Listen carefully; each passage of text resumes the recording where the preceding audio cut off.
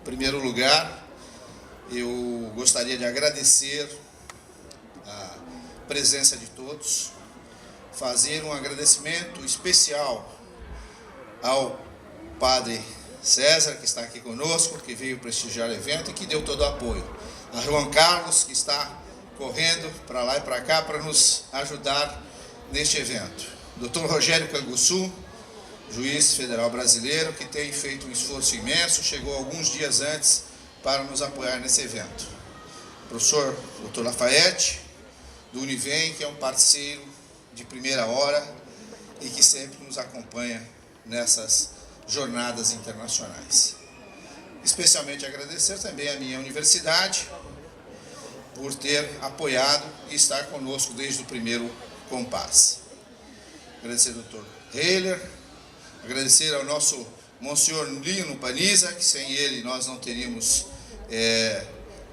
a condição de estarmos realizando esse evento. O apoio dele foi fundamental. E em nome do Padre Lino, que está aqui do nosso Nilo, que está aqui não do Lino Paniza lá, o Padre Nilo, que o nome é muito parecido, cumprimentar todas as autoridades. E em nome da nossa tradutora, cumprimentar todos os alunos que estão aqui prestigiando. Nós vamos fazer uma fala mais aberta e eu gostaria que ela mostrasse os tópicos que nós vamos tratar, para que o pessoal tenha uma ideia de como vamos desenvolver esse assunto. Então, são os tópicos aqui. Bien, entonces va a nombrar tópicos que vamos a tratar, solamente voy a nombrarlos según el profesor. Pode ser. Constituição. A ver, servicios públicos y constitución. Servicios públicos esenciales, principios para los servicios públicos, organizaciones sociales, agencias reguladoras. Depois finaliza. E esse seria todo. São os tópicos. Eu pedi a ela que traduzisse apenas a parte mais difícil, porque as outras coisas vamos tentar falar devagar para que vocês possam tentar entender. Peço desculpas por não falar espanhol, especialmente para os alunos, né? Mas esta interação de nós, que somos todos de uma raiz latina, poder compreender, ainda que não completamente, o outro, né? O conceito lá de Levinas, né? O filósofo, compreender o outro, eu espero que eu possa conseguir me fazer compreender. E tentei e me esforcei durante esse tempo nas falas dos peruanos, a quem eu agradeço, tentar compreender. Se está disculpando por no hablar español, dice, vamos a ver solamente las palabras complicadas que no se entienden para poder entenderlas. Perfeito. Bem, a primeira coisa que a isso eu pediria que você traduzisse qual é o grande objetivo nosso num congresso desse. É um brocado, uma forma que nós trabalhamos lá no nosso grupo de pesquisa, que não é uma negação, né? Não é a universidade pela universidade. É a universidade para a sociedade, é a universidade para a comunidade. Lo primero que tendríamos que preguntarnos, nos dice, es cuál es el objetivo de este congreso, ¿no? ¿Cuál es para ustedes el objetivo de estar aquí? E este é isto, nós termos que levar a universidade para a comunidade. Es tenemos que llevar la universidad a la comunidad. Num processo de discussão para que todos caminhem para o bem e para o bem comum. El objetivo es que todos caminen hacia el bien, ¿no? Para el bien. Perfeito. Se dirijan hacia el bien. Nosso tema fala sobre a gentileza. El tema de hoy es la gentileza. Então, O que é a gentileza não é uma definição aqui, apenas uma abordagem, né? A gentileza é a forma como nós podemos estar bem com o outro. E foi distribuído este panfleto ao início, que dá uma ideia deste conceito de gentileza. Es estar bien con los otros, ¿no? Y se ha distribuido ahí unas fotocopias de lo que es.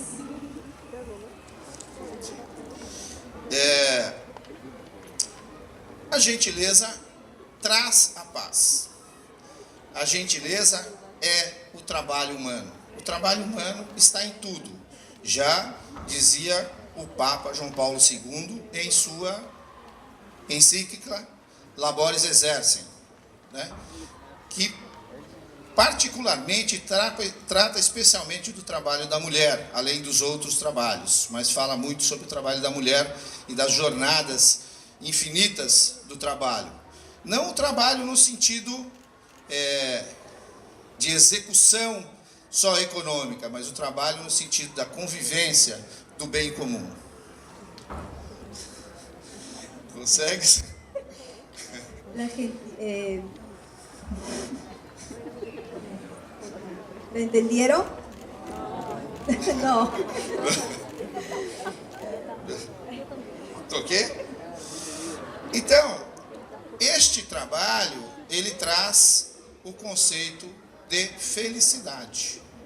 Então, o homem está feliz quando ele tem o trabalho e o amor. El hombre, dice el profesor, que está feliz cuando tiene trabajo y tiene amor.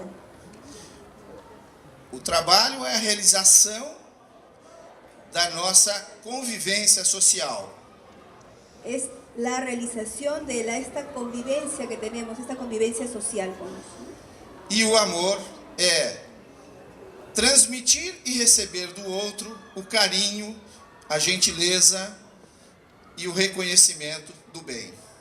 El amor, dice el profesor, es transmitir y recibir del otro este cariño, este reconocimiento, gentileza. O filósofo Bentham, e depois acompanhado pelo Stuart Mill, fala sobre o conceito de felicidade. Nombra dos filósofos, ¿no? Sí. Que hablan sobre el concepto de felicidad. No entanto, a felicidade não é algo, e a grande crítica que se faz aos dois filósofos, não é algo mensurável, porque a minha felicidade não necessariamente é a felicidade dos colegas de mesa, ou de qualquer um de vocês, porque não, a crítica ao filósofo, a Bentham e a Mill, é exatamente na direção de que qual é a medida da felicidade. Nos dice que la felicidad no es algo que se pueda medir, ¿no? La felicidad de uno no es la misma felicidad de él y la mía, son distintas, no la podemos medir según estos filósofos. Este conceito de felicidade, ele evolui para o bem comum quando o Estado abraça a dedicação ao seu povo. Dice que este concepto va evolucionando cuando el Estado acoge a su pueblo, ¿no? Sim. E neste sentido, esta felicidade trabalhada por Stuart Mill e Bentham chega nos tempos modernos no conceito de análise econômica do direito. Y esta felicidad, según los filósofos nombrados, llegan a estos tiempos con la definición de concepto económico del derecho. Que é trabalhado especialmente por Koeser e Posner. Es trabajado este concepto por Costa. Koeser y Posner. Que trabalha o conceito de análise econômica do direito, que é a escolha do Estado. Están trabajando el concepto de análisis económico del derecho. Que é como o Estado escolhe qual serviço público ele vai disponibilizar para a sua população, buscando maximizar a felicidade desse povo. que aquí el Estado escoge qué servicio público va a maximizar para su pueblo, para el pueblo, ¿no? Fazendo uma escolha. Esta escolha, ela é feita por nós, enquanto povo, nas democracias. Por quê? Porque fazemos a eleição de um futuro governante que nos apresentou um projeto de governo, ou apresentou uma proposta, um plano de governo. ¿Qué? Esto es escogido por nosotros, por el pueblo, dice, que el Estado escucha y escoge el pueblo esta propuesta Através do voto. a través del voto. Ao escolher esse dirigente, nós indiretamente escolhemos a política pública que este dirigente vai aplicar ou utilizar naquele mandato. A través de ese funcionario que nosotros escogemos, ¿no? Con el voto, él es el que va a través de él decirnos, ¿no? Va a As políticas e serviços que serão qué disponíveis. políticas son disponibles, ¿no? Las Sí. políticas disponibles. Esta política disponível está apenas no plano. Quando ela se materializa, ela então vira um serviço público disponível à população. Dice que estas políticas están en ideas, ¿no? Pero cuando se vuelve operativa, se operacionaliza, ya se vuelve práctica en la población. Então, quais são estas políticas que cada governante vai escolher? ¿Cuáles serían entonces estas políticas que cada presidente, gobernante escoge? Nós, no Brasil, temos isso de forma constitucionalizada. Lo tenemos en Brasil de una forma constitucionalizada. E o Peru tem algo também parecido em termos de escolhas de serviços públicos. El Perú tiene algo parecido en términos de servicios públicos. Quais seriam esses serviços essenciais? E eu vou fazer um rol. Vire? Pode? Não?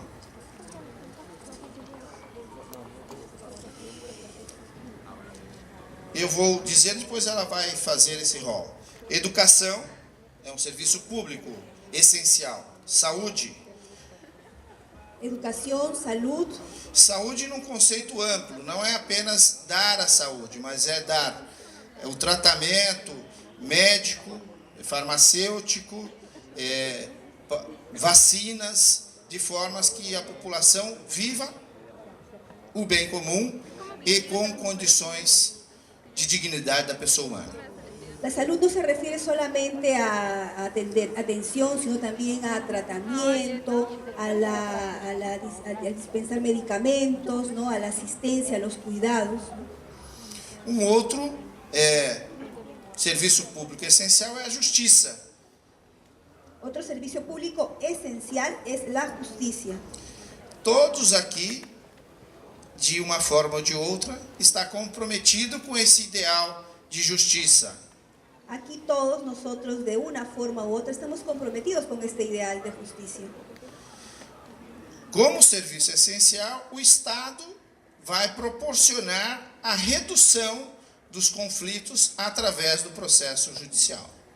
El Estado debe proporcionar esta reducción de conflictos, ¿no? Sí. A través del proceso judicial. Judiciais.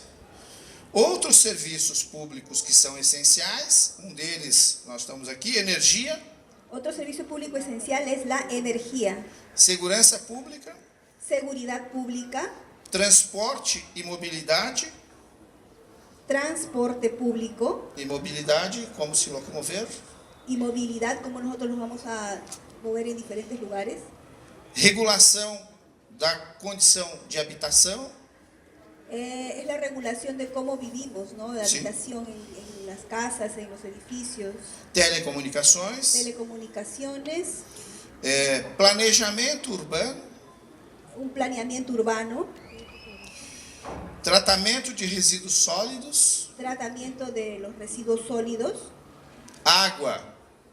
agua, Água, nesse sentido, fornecer água de qualidade para o abastecimento, proporcionar agua de calidad, ¿no? Para la población, esgoto, esgoto,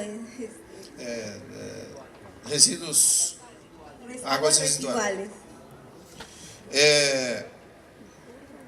Urbanização pública. Urbanización pública, ¿cómo Sí. se va a Praças, ruas, acessos. calles, accesos a las calles, Controle de resíduos radioativos. control de residuos radioactivos, Tráfego aéreo. tráfico aéreo, ¿no? Tráfego de trânsito aéreo para que não haja nenhum acidente. Ok, para que Esses são serviços considerados essenciais na legislação brasileira e alguns deles também na legislação peruana. Estos son considerados importantes, esenciales en la legislación brasilera y algunos son considerados también aquí en la legislación peruana. Quais princípios devem nortear essa disponibilização de serviço público para a gentileza? ¿Cuáles de estos se deben, no? Quais princípios? ¿Cuáles de estos principios se deben, son primordiales, importantes para la realización de lo que estaba hablando el profesor, que es la gentileza?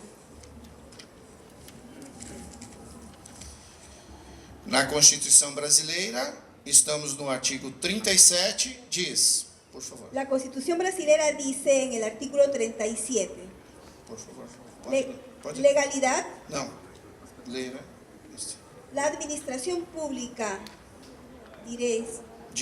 directa o indirecta, de cualquiera de los poderes del Estado, de los estados, del Distrito Federal y de los municipios, obedecerá a los principios de legalidad, moralidad, impersonalidad, publicidad y eficiencia, y también a lo siguiente. Vamos discorrer sobre esses princípios. Vamos a hablar sobre estos principios. Legalidade. Legalidad. Não se pode fazer algo que não está permitido pela lei. No podemos hacer algo que no está permitido por la ley. Ou podemos fazer quando permitido. Solo lo podemos hacer cuando está permitido. Impessoalidade. O serviço público deve ser impessoal, não deve escolher um gordinho como eu em detrimento do magro, não deve escolher o alto nem o baixo. Qualquer um que estiver precisando do serviço poderá utilizá-lo. Cualquiera de las personas, los ciudadanos, pueden escoger este servicio. El principio es impersonalidad. O sea, no se puede privilegiar a una persona que es más alta, a una más baja, a una más delgadita, a una más gordita. O princípio da moralidade. Principio de la moralidad. Tratar o serviço público com moral que a população espera. Tratar que el servicio de una forma moral como la población está esperando, como la población espera. Publicidade. Todo serviço público deve estar sido informado. Então, se temos um hospital público, a população tem que saber que existe esse hospital. Se tem uma escola, a população tem que saber onde está a escola. Principio de publicidad, ¿no? Si hay una escuela, la población tiene que saber que existe una escuela en ese lugar, ¿no? Um O hospital, un hospital, ¿no? También tiene que conocer esto la población. uma região, uma polícia, onde está. Una comisaría también, si existe, también tiene que conocerlo la población. O outro princípio é o princípio da transparência.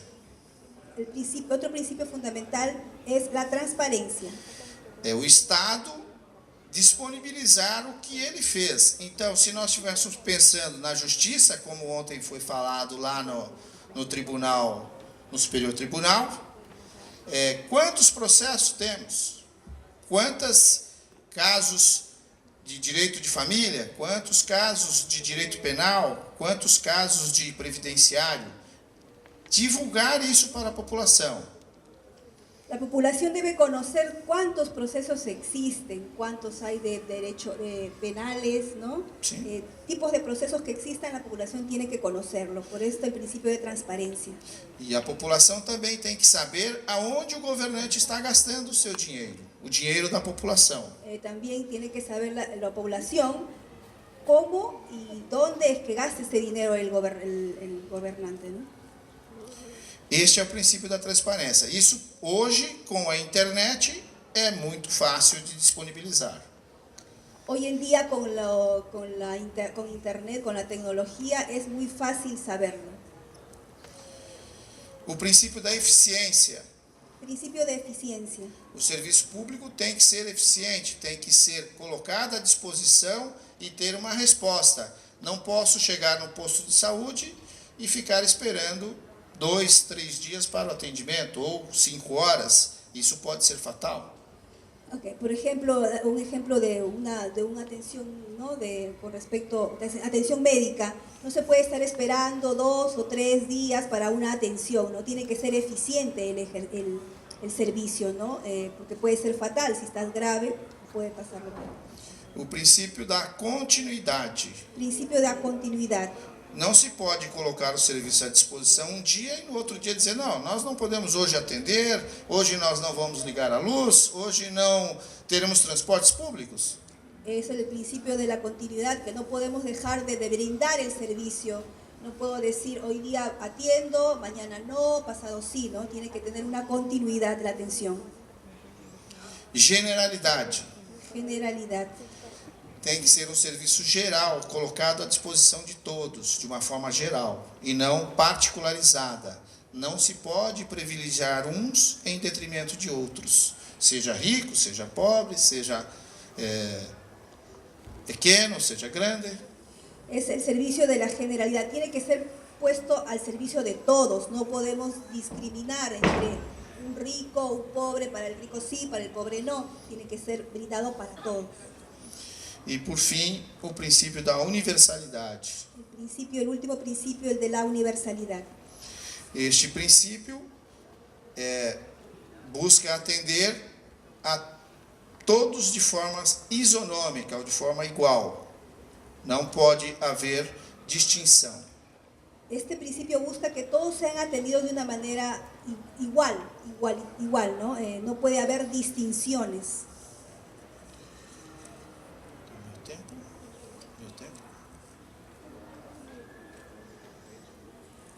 Tem mais. Estes serviços públicos, eles podem ser prestados diretamente pelo Estado. Estos servicios públicos los puede brindar directamente el Estado. Ou pode ser disponibilizado por organizações sociais. O pueden ser también brindados por organizaciones sociales. Em muitos serviços públicos, as organizações sociais são muito mais eficientes do que o próprio Estado. Muchas veces estas organizaciones sociales son a veces más eficientes que el propio Estado. Em especial, as organizações sociais de defesa dos animais, de defesa do meio ambiente, de defesa de minorias.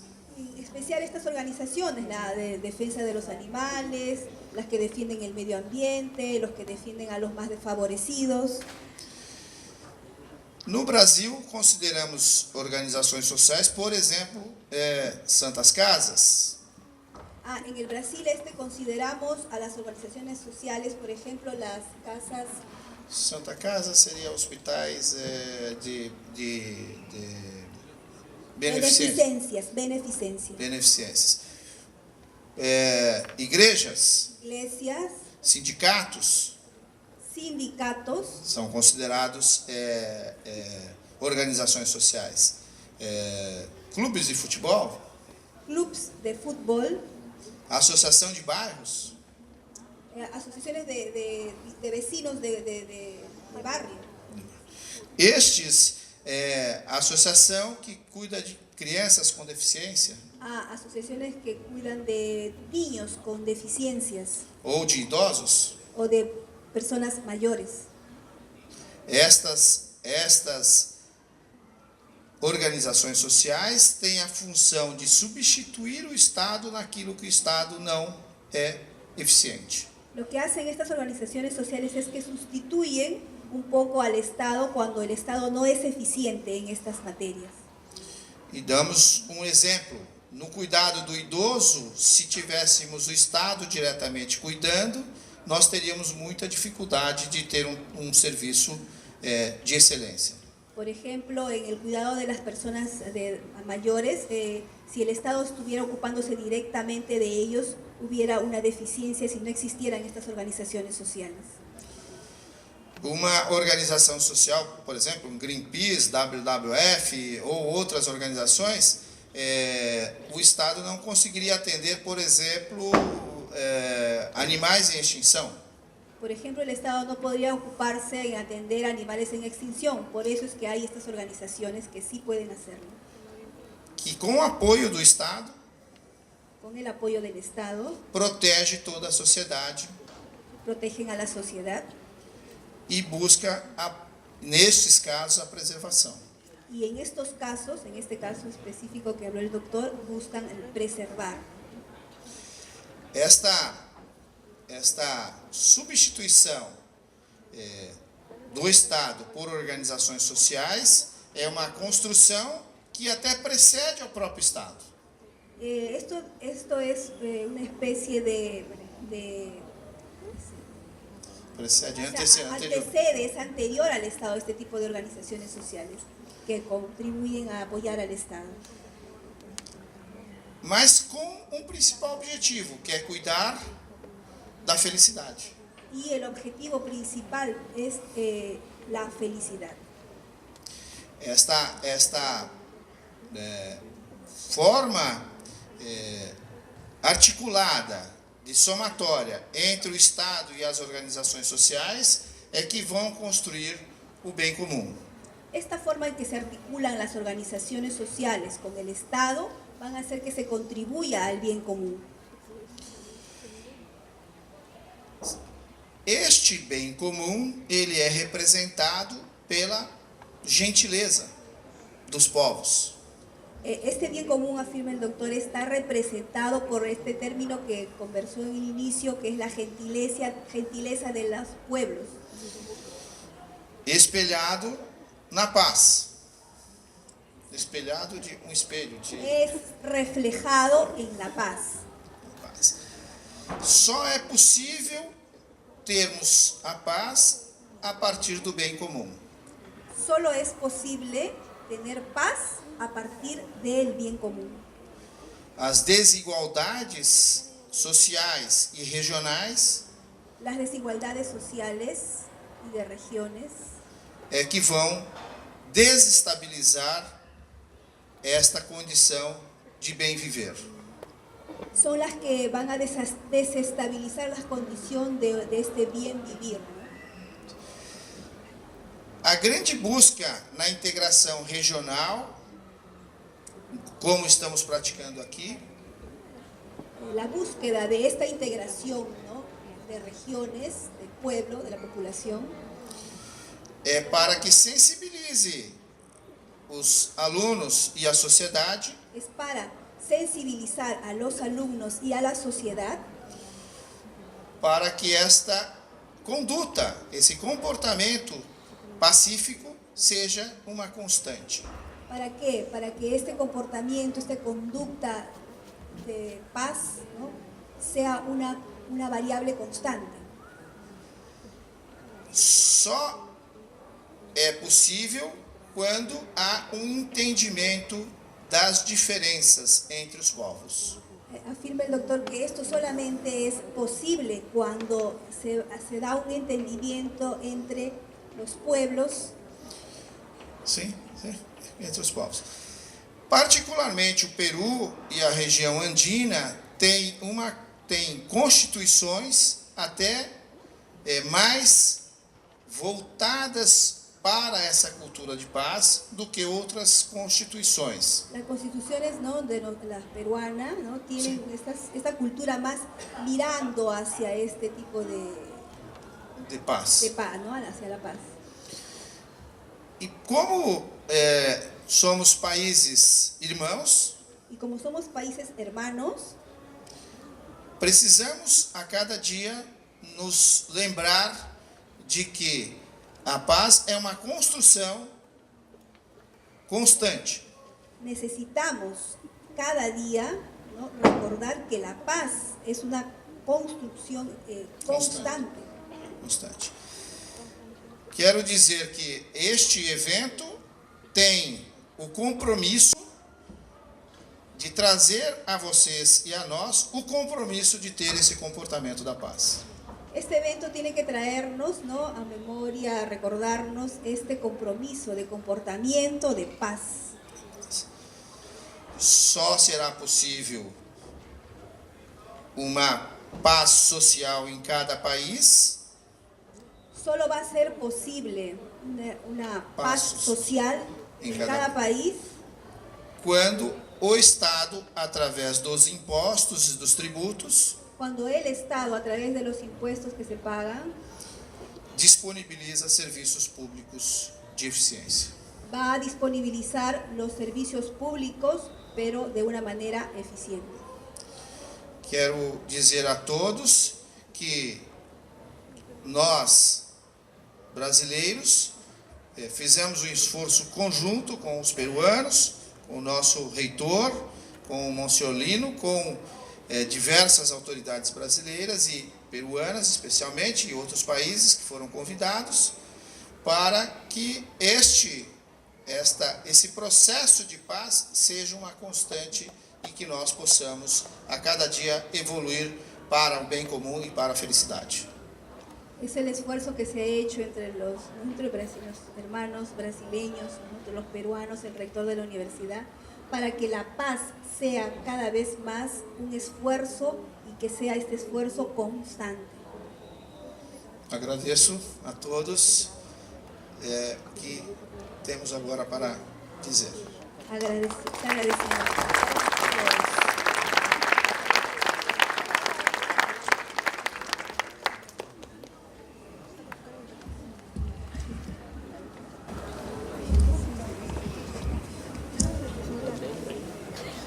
Listo, continuamos ahora con las intervenciones de nuestros docentes de la universidad. Tenemos al profesor Fernando Fukunaga y al profesor Abdías Sotomayor Vélez.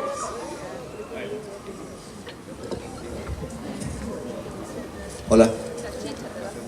Bueno, agradezco la participación de toda la comunidad universitaria de la UCS y los visitantes de Brasil que han venido, al profesor Hilton da Costa por la disertación sobre lo que es servicio público, gentileza e integridad. Y concuerdo plenamente con su exposición en relación a que para lograr esta paz social es necesario el compromiso de todos y el comportamiento permanente y constante de todos para la construcción de esa paz social. Los tres temas, que son gentileza, integridad y servicios públicos hacia el bien común, son diferentes pero guardan una relación, tienen un interés común y nacen los tres de lo que alguna vez dijo Jesús: trátense los unos a los otros como yo los he tratado, que no quiere decir otra cosa que tratemos a los demás como queremos que nos traten. Y ahí nace el ser gentil, el ser íntegro y el tener servicios públicos hacia el bien común. La gentileza no es otra cosa que tratar a los demás como queremos que nos traten. En la familia, con los amigos, en la calle, en la institución, en la universidad. Entonces, si logramos todos ese trato común, vamos a construir en el futuro un país con una paz social. Tuve la suerte de vivir 11 años en Tokio y es un país que hoy tiene paz social, que ha logrado construir una paz social en todo el país. Viajé bastante por Japón, a pesar de haber sido un país destruido en el año 45 cuando terminó la Segunda Guerra Mundial. Y como hoy es una sociedad que vive tranquila, que vive en paz, donde no hay delincuencia, donde no hay robos, donde no hay maltrato, donde uno va a una institución pública y lo tratan tan bien que da gusto de regresar, donde los servicios públicos son de calidad, donde la atención y el respeto que hay en las calles es inmejorable. Entonces, esa es la finalidad y este es espacio donde todos tenemos la oportunidad de compartir estas experiencias, estos diálogos que nos van a servir a nosotros para luego hacer y lograr esa construcción. La integridad, que no es lo mismo que honestidad. Honestidad es hacer las cosas bien, y normalmente la honestidad se ve como un trato hacia afuera, hacia los demás. Integridad va más allá. Integridad va hacia el punto de lograr la honestidad en público, en privado, internamente. Cómo internamente logramos ser honestos, y no solamente lo hacemos cuando estamos en la calle, cuando estamos entre los demás. Hacia eso deberíamos también pensar. Hay algunos videos en YouTube, se pueden encontrar. Hay alguno interesante de Yokoi Kenji, que quizás muchos lo han visto, que explica la diferencia entre integridad y honestidad. Mantengamos presente esa reflexión. Y los servicios públicos, de todos los que ha mencionado el profesor Da Costa, que tienen que buscar que el servidor público interiorice justamente que es un servidor público y no alguien que entra para ganar algo, para servirse de algo. Entonces, este es un espacio interesante. No quiero explayarme mucho más. Quiero dar también las palabras al doctor Sotomayor para su presentación.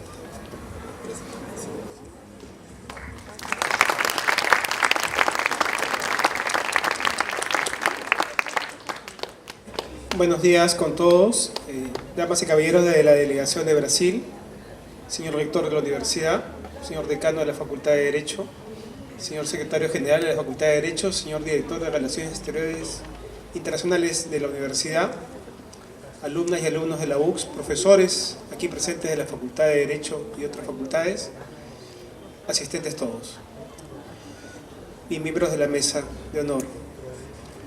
Comentando la presentación del doctor Da Costa y recordando las últimas clases del curso de Derecho Administrativo que tengo el privilegio de dictar acá en la universidad, podemos ver, en resumen, desde la perspectiva jurídica, sin entrar en política y en temas sociales, que vamos a tratar también de resumirlos, cuán importantes son los principios para ordenar una sociedad, pero también cuán importante es la ética para ordenar una sociedad. Cuán importante es tener claro el servicio público como tal y detrás a las personas que brindan los servicios públicos. Lamentablemente, y no quiero hacer un largo recuento de la historia reciente del país, tenemos huelgas en servicios públicos fundamentales como educación. Tenemos paros o huelgas, ¿no?, en el Poder Judicial. Tenemos constantes desabastecimientos en los hospitales y centros de salud. Y tenemos eventualmente también en los centros de salud la falta de esa sonrisa que señalaba el profesor Da Costa.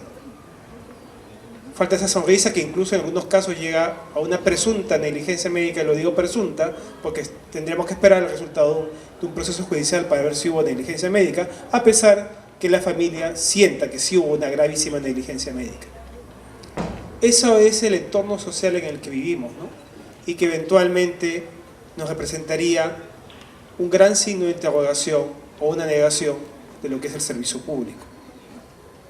Y otro punto, quizás más doloroso para una sociedad como la nuestra, es ver que hay pobreza y ausencia del servicio público, y ver que hay pobreza y corrupción que afecta al servicio público. Tampoco voy a entrar en detalles de empresas, personas presuntamente vinculadas con corrupción en territorio peruano y en territorio brasileño sí sentenciadas por corrupción. No voy a entrar en detalles para no alejarnos de la reflexión general. Porque todos estos son ejemplos en donde se pierde la ética, se pierde ese concepto que acaba de señalar el profesor Fukunaga, de pensar lo que nos enseñó Jesús, o tratarlo como quisiéramos que nos trate. No podríamos pensar eventualmente que un médico que hoy no atiende bien a una persona, cuando un familiar de ese médico esté expuesto a esa atención en un hospital y fallezcan, eventualmente ese médico entenderá en ese momento lo que es el servicio público y eventualmente no lo entenderá, ¿no? porque eventualmente ya su espíritu está tan negado a entender lo que representa el servicio público, que considera que es una estadística más lamentable de la realidad. Entonces, volviendo a los principios, cuán importante es legalidad, cuán importante es encontrar la eficiencia, y también para no hacerlo tan extenso y eventualmente generar algunas reflexiones de impacto que deben ser lo que en toda universidad o centro de estudio tenemos que lograr en nuestros alumnos, ¿no? ¿Cómo podemos entender los principios? ¿Cómo podemos entender la ética? ¿Y cómo podemos entender el servicio público? Voy a tomar uno de los ejemplos, o dos eventualmente de los que acaba de señalar el profesor Acosta, para tratar de dar un ejemplo que podamos entender acá en Perú, ¿no? Porque a veces acá en Perú nos cuesta entender el servicio público. Lo sentimos desde el punto de vista de derecho administrativo un poco gaseoso, ¿no? Un poco extraño, ¿no? Más si lo comparamos con otras ramas del derecho. Imaginémonos que todos estamos en un avión llamado Perú. Un avión que es un transporte aéreo sujeto a la regla de servicio público. Entonces, esperamos en ese avión que los pilotos y el personal de tripulación no hayan tomado alcohol al manejar el avión. Respeten, nos respeten al momento de subir y bajar del avión. Sean puntuales. Esperamos también que los que hayan hecho el avión lo hayan construido bien. No por el factor corrupción hayan ahorrado costos para tener un mayor margen de ganancia para sus intereses particulares y los intereses particulares de a quien han corrompido. Entonces esperamos que el avión esté funcionando correctamente, ¿no? Esperamos también que el proveedor de combustible haya tanqueado lo suficiente para volar y tomar el margen razonable eventualmente si es que hubiese un problema en algún aeropuerto para poder dar vueltas o recurrir a otro aeropuerto para aterrizar. Eso en términos prácticos es la regulación. Planifico. Y eventualmente, cumpliendo todas estas condiciones, que el tablero funcione, que el personal esté capacitado, que no se distraigan, que también obviamente no hay un pasajero con una bomba, ¿no? El avión llegará a destino, ¿no? Pero cuando tenemos un país corrupto, este servicio público no se va a poder prestar.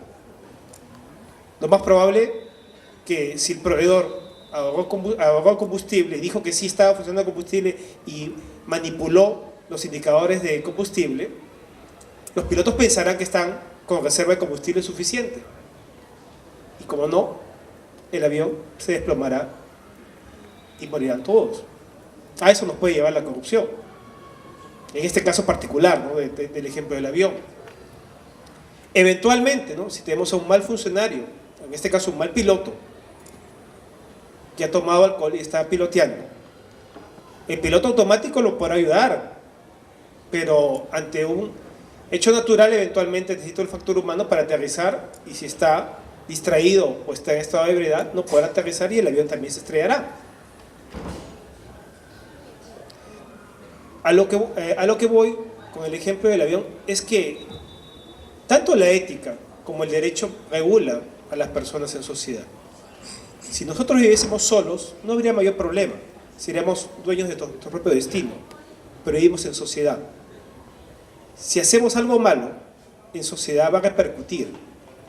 Y también si no hacemos lo que nos corresponde hacer con ese granito, que eventualmente sería denunciar la corrupción, o denunciar el mal servicio, o criticar al mal servidor, estamos contribuyendo a que la sociedad no avance. Y eso es lo que tenemos que pensar. ¿Por qué las sociedades no avanzan? En la década de los 80 no teníamos tanto dinero en Latinoamérica. Ahora eventualmente, a pesar de una recesión económica o desaceleración, tenemos más dinero comparado que en los 80. Pero eventualmente hemos tenido más corrupción.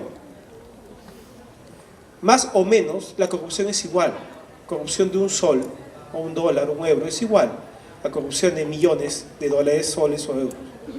Es la negación de la ética, es la negación de la sociedad. Y está en nosotros cambiar y entender que estos principios, al margen si vamos a ser o no vamos a ser abogados, entender que estos principios están para ordenar el servicio público, nuestra vida, y exigirle a nuestros gobernantes, que son los responsables de la conducción de este avión, que nos lleven a buen puerto. Bien, muchas gracias, no quería extenderme más.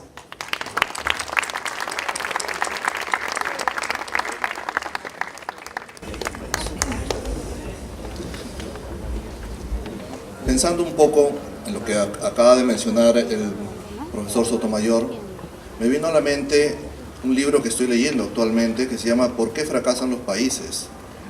Un libro interesante, es un bestseller. La conclusión del libro es finalmente que el país que más fracasa es el que menos institucionalidad tiene.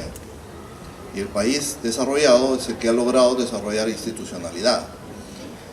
¿Qué entender por institucionalidad? El respeto a las personas, el respeto a la ley y el respeto a las instituciones. Entonces, si logramos entender ese tipo de respeto, vamos a poder construir un mejor país. Vivimos en un país que tiene el 70% de informalidad y el 30% de formalidad. Entonces, ¿cómo exigimos soluciones al Estado si nosotros mismos no cumplimos con nuestros deberes? No podemos subvencionar al 70% eternamente. En algún momento el país tiene que ser formal 100%. Tenemos que trabajar hacia eso. Vivimos una época de redes sociales y vemos en las redes sociales la falta de respeto que a veces hay hacia las instituciones. Algo que tenemos que trabajar nosotros en la universidad, en los colegios, y crear una nueva generación futura que mejore lo que hoy hemos logrado nosotros. Muchas gracias.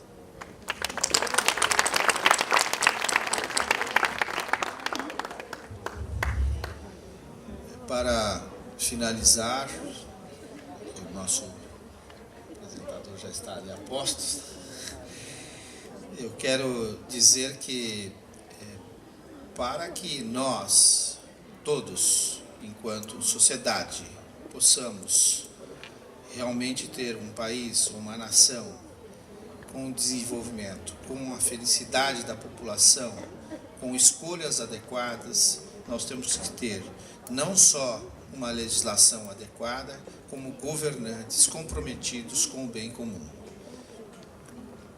comprometidos com as promessas que nos foram feitas durante as campanhas, porque ao elegermos, estamos escolhendo o melhor caminho. Não queremos que sejamos induzidos ao erro por estratégias de marketing ou estratégias que não conduzem ao bem comum. Ao exigirmos, tanto na fala dos meus dois colegas aqui, da ética e da moralidade ao se trabalhar os conceitos de serviço público de Estado, esta forma de condução é que vai trazer o desenvolvimento. Todos os tratados que lemos, e vocês especialmente nós, do direito e de outras áreas, ao estudarmos aprofundadamente os temas, temos como objetivo principal criar uma estabilidade social. Isso não pode ter corrupção, não pode ter desmandos, não pode ter profissionais não qualificados. Todos e cada um devemos fazer a nossa parte e fazer a nossa cobrança em direção ao bem comum e à felicidade. Muito obrigado. Muchas gracias a nuestros ponentes. Ahora tenemos una ronda de preguntas. Si alguien quiere hacer alguna pregunta a los tres ponentes que tenemos al frente, puede levantar la mano. A ver, ¿quién se anima a hacer la pregunta? ¿Sí, por allá? ¿Qué propone la U para que acabe todo el mundo acá?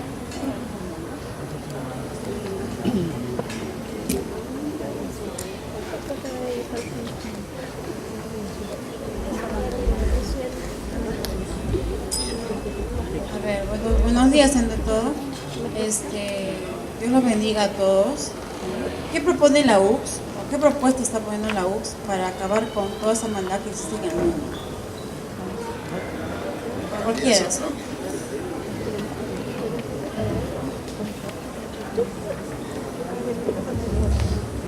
Bueno, la universidad, la UX, propone la formación de profesionales, pero además de personas, en donde el futuro de esa persona, cuando salga al mercado laboral, no solamente piense en un factor económico como desarrollo de la entidad donde va a trabajar, sino el desarrollo de la institución donde va a trabajar, porque al final son personas. Si logramos entender eso, que la paz social y el desarrollo del país no se construye solamente buscando el bien económico, creo que ya habremos dado un paso importante pensando en que las personas somos más importantes que el tema económico.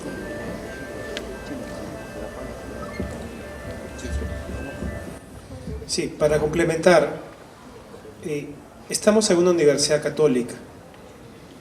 Los profesores que estamos aquí, las autoridades, estamos comprometidos con la fe católica. En el caso de Derecho, ¿qué es lo que planteamos cada uno de los profesores que están?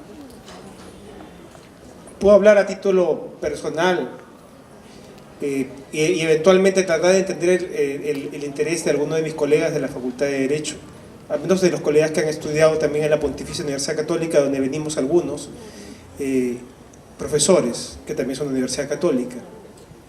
Entendemos que sin ética el ser humano no está completo. Sin compromiso social el ser humano no está completo. Y sin valores tampoco está completo. Y sobre todo resaltando lo que está, ¿cómo se llama?, acuñado en una de las pancartas de la universidad, es que uno cree en uno mismo, que uno cree en esa sumatoria de valores, que uno cree en ese compromiso social. Estamos en una zona muy activa económicamente en Lima, pero llena, como lo señalaba el profesor Fernando, de informalidad. Estamos en un mundo, al menos afectado, por no decir lleno de corrupción. Está en nosotros creer que podemos cambiar. Está en nosotros creer que podemos iniciar ese cambio con un grano de arena. A veces uno piensa que con ese grano de arena no se hace, pero nuevamente, no es solamente lo que yo hago, sino lo que dejo de hacer. Eso es lo que tenemos que pensar. Y en esa línea creo que cada uno de los colegas que estamos aquí como profesores buscamos fortalecer en cada uno de ustedes, los alumnos, que crean en ustedes mismos y crean que pueden ser parte de ese cambio con los principios, con los valores, con la ética y la fe católica. Gracias.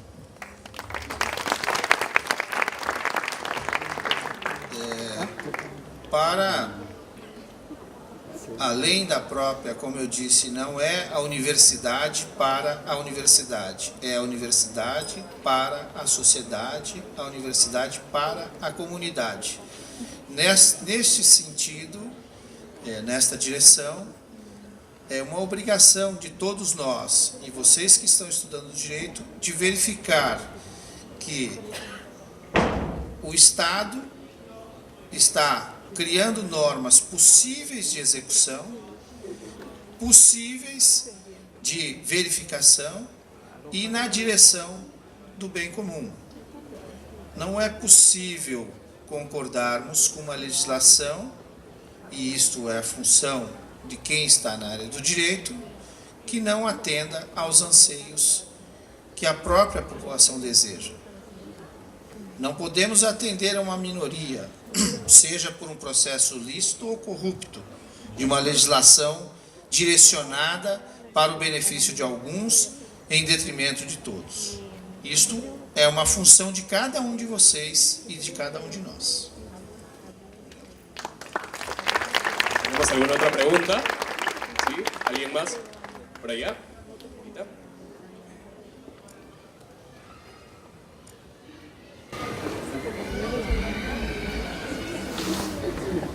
Buenos días con todos.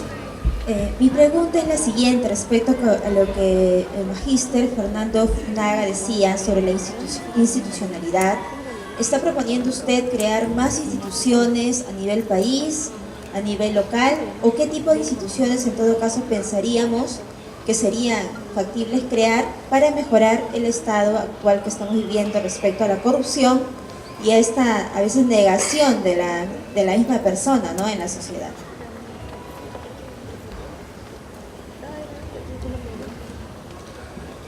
A ver, no estoy proponiendo crear más instituciones. Lo que estoy proponiendo es que las instituciones cumplan para el fin para el cual fueron creadas y donde las personas que trabajan en la institución se comprometan con el país. No es tanto el número, porque el número puede ser pequeño o grande, si es pequeño es mejor. Lo importante es que cumpla para el fin social para el cual el Estado tiene su función. Y las personas tenemos que tener esa confianza en que la institución va a resolver nuestras necesidades. Para eso contribuimos también la sociedad con impuestos. Entonces, ese tipo de institucionalidad es la que tenemos que lograr, donde las personas confíen en el Estado y el Estado atienda las necesidades de crear una mejor sociedad. A eso me refería.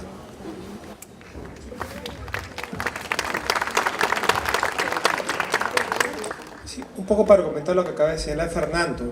Hemos hecho una publicación mancomunada de varios profesores de la universidad. Hay un artículo que me ha tocado el privilegio de poder escribir en esta obra colectiva, tratando de absorber un poco la pregunta. No debemos de confundir tener más instituciones. Yo lo que planteo en el artículo es, para cada problema de gestión pública o de política pública, la respuesta de algunos ha sido: queremos más y más entidades públicas. Tenemos más y más municipalidades, partimos más y más el territorio, crece más y más la administración pública. Y por otro lado, tenemos más y más entidades públicas que controlan la corrupción. Entonces, si tenemos más y más entidades públicas que controlan la corrupción y he buscado ser más eficiente creando más y más entidades para atender las demandas sociales, ¿cómo tengo corrupción? Sigo teniendo el mismo presupuesto carcomido por la corrupción, reducido por la corrupción. Entonces, la respuesta no necesariamente es tener más y más entidades. Y lo que planteo eventualmente, sin pretender ser un economista, ni mucho menos un ingeniero en la materia, pero tocando temas puntuales de corrupción, es que deberíamos tener, por ejemplo, una institución que nos diga: estos son los precios mínimos y máximos que se puede pagar, por ejemplo, por un metro cúbico de construcción, para saber que el exceso sería eventualmente una presunta corrupción. Y eventualmente, con esa data histórica de cómo yo monitoreo los precios, yo como ente supervisor de las compras del Estado, voy eventualmente ajustando, ¿no? Porque el primer resultado de la data va a ser lo que encuentre en el mercado, con corrupción y sin corrupción.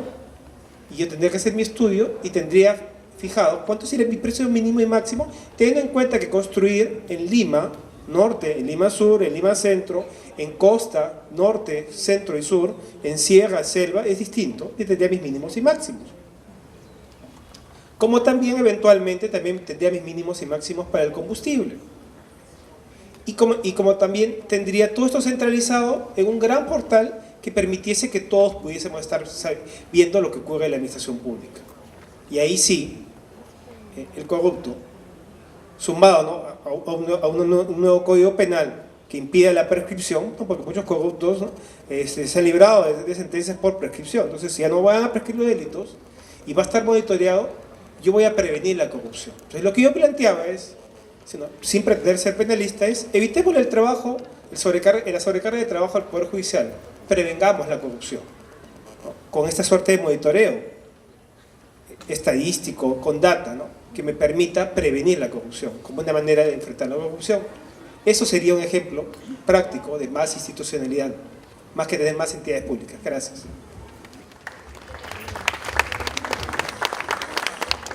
Creio que o essencial não é saber se temos muitas ou poucas instituições. O que precisamos saber é se essas instituições são eficientes em um primeiro plano. Em um segundo plano, se ela é transparente para que seja possível uma métrica de controle da população. Quem deve fazer esse controle? Cada um de nós. Nós temos que fazer a nossa parte, de nos indignar, de nos inconformar com eventuais desmandos. Mas o Estado, em uma certa medida, ele é inerte. Pensa que está fazendo o que deveria, não independentemente da corrupção. Quem vai dizer se ele não está fazendo somos nós. Ao olharmos não só os relatórios, ou ao cobrarmos que o serviço seja disponibilizado de maneira adequada. Mas isto é cada um.